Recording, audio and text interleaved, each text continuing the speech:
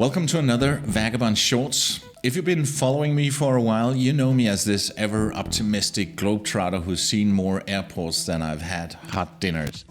And today we're diving into a topic that's a bit different than our usual wanderlust-filled stories. It's all about tourist scams and how to avoid them. This is the Radio Vagabond. Now, before we get into the nitty-gritty, let me just clear the air. This episode isn't about throwing shade at the beautiful countries, at the vibrant cities that have given me stories for a lifetime. No, think of it more as a chat with your well-traveled buddy, that's me, who wants to make sure that you got all the insider tips to keep your travels smooth and scam-free. You see, in my 8 years of non-stop adventures, I've collected not just souvenirs, but also a few stories of when things went a bit sideways. Yeah, I'm talking about those moments when I found myself at the wrong end of a scam. But hey, it's all about the journey, right? So grab your coffee or tea or that souvenir mug filled with something stronger. I'm not judging, and it's wine o'clock somewhere in the world. And let me dive into some of the craftiest, most eyebrow-raising scams out there. From the classic Taxi Overcharge to the not-so-magical tours that vanish into thin air. I've seen it all, and I'm here to share the do's and the don'ts and the hows and the whys, and most importantly, how to keep your sense of humor intact when faced with a scammer. So let's explore, laugh a bit, and learn how to outsmart the tricksters and make the most of our travels. Because at the end of the day, it's the unexpected stories that make the best tales by the campfire. My name is Palabo, and this is the Radio Vagabond, Tourist Scams, What to be aware of and how to avoid them. Part 1. The first one is globally known, particularly in crowded city streets, and these scams are all about distraction. Picture this: you're exploring a bustling marketplace and suddenly a stranger diverts your attention, maybe asking for directions or accidentally spilling something on you. While you're distracted and they are being very friendly, their accomplice swiftly pockets your valuables. Whether it's a friendly face seeking for help or a clumsy encounter leaving you stained, the end game is the same: to separate you from your belongings. The key to outsmart these tricks? Awareness. Secure your items and keep a watchful eye, especially around overly helpful strangers. But remember, most of them are actually helpful strangers. Staying alert doesn't mean enjoying your travels any less. It's just about traveling smarter. Number 2 is the classic Taxi Overcharge. Picture you just arrived to a new country, buzzing with excitement, and you catch a taxi, thinking it's the simplest route to your accommodation. But here comes the twist. Your seemingly friendly taxi driver takes you on an unexpected scenic tour, far away from the direct path you anticipated. The meter's running crazy, and so is your budget right out the window. Before you know it, the fare for this ride could rival a gourmet meal's price.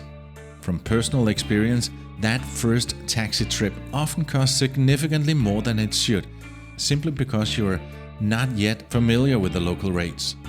Here's a tip to dodge this scam: always negotiate a fixed price up front, research the standard fare beforehand, and keep an eye on the route on Google Maps. It's not just about researching your destination, but also avoiding the necessary detour to an empty wallet. I had a taxi scam happen to me in Rome. This was all the way back in 2004, so before we had smartphones with Google Maps and could check the way and find out where we were going. So we came in from the airport with the train because we were sensible, we were saving money, we didn't take a taxi from the airport. No, we got in with the train into the main station in Rome. And then we needed to get a taxi. We went outside and there was this big line of taxis, and we spoke to the first one and said we need to go to the Hilton. It was a fancy hotel.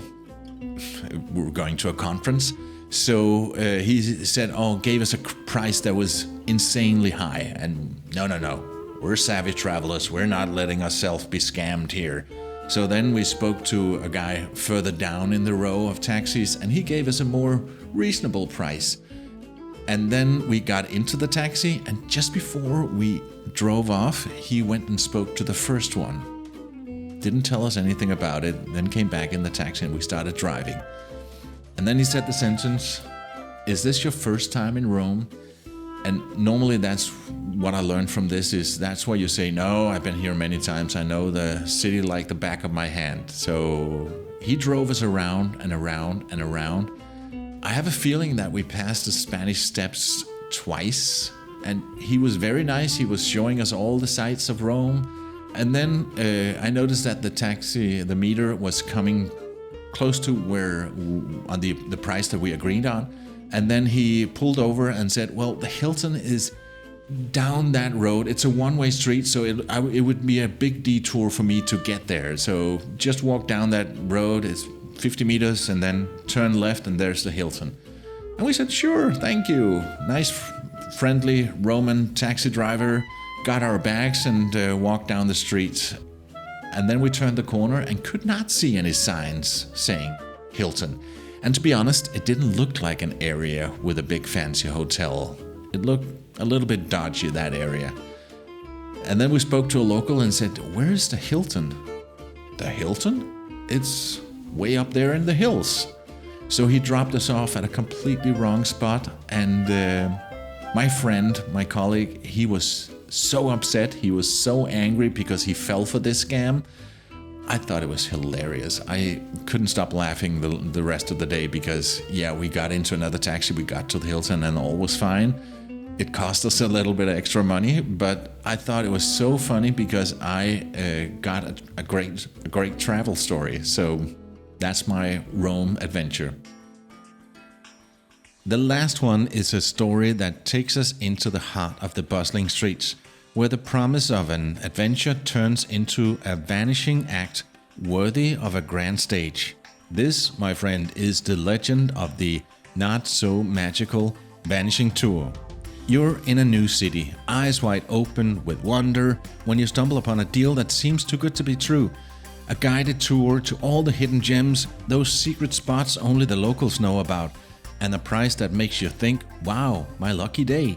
You hand over your hard-earned cash and get an official-looking ticket, dazzled by the prospect of an unforgettable journey. But as the day of the tour approaches, something feels off. Emails go unanswered, phone numbers suddenly don't exist, and the friendly face that sold you that dream vanished, along with your money and the magical tour that was supposed to be the highlight of your trip.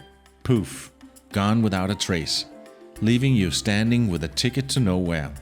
Now, how do you avoid being the guest star in this not-so-enchanting show? First rule of thumb, skepticism. Do a bit of research. Look up reviews, double-check those too-good-to-be-true offers, and maybe, just maybe, book through a reliable source that promise more than just smoke and mirrors, or simply insist on paying after the tour. And even if you find yourself tempted by a street-side vendor selling dreams of exclusive tours at bargain prices, remember this tale of the not-so-magical Vanishing tour. Sometimes the real magic lies in keeping your wallet safely in your pocket and your adventures grounded in reality. And that's it. As we pack up our bags and close the episode and check our pockets to make sure that we still have our wallets, you never know, right? I'd like to hear from you. Have you ever faced a scam so cunning it left you both impressed and a little bit poorer? Or perhaps you outsmarted a scammer? Share your stories in the comments below. And if you found today's episode interesting, also give me a shout. Let me know if you want more episodes like this one where we expose scams. Hit that like button, drop a comment, and let's keep the conversation going. Until next time, safe travels, and always remember, if you do get scammed, your pockets might be a little bit lighter, but you have a great travel story. My name is Palle Bo, and I gotta keep moving. See ya!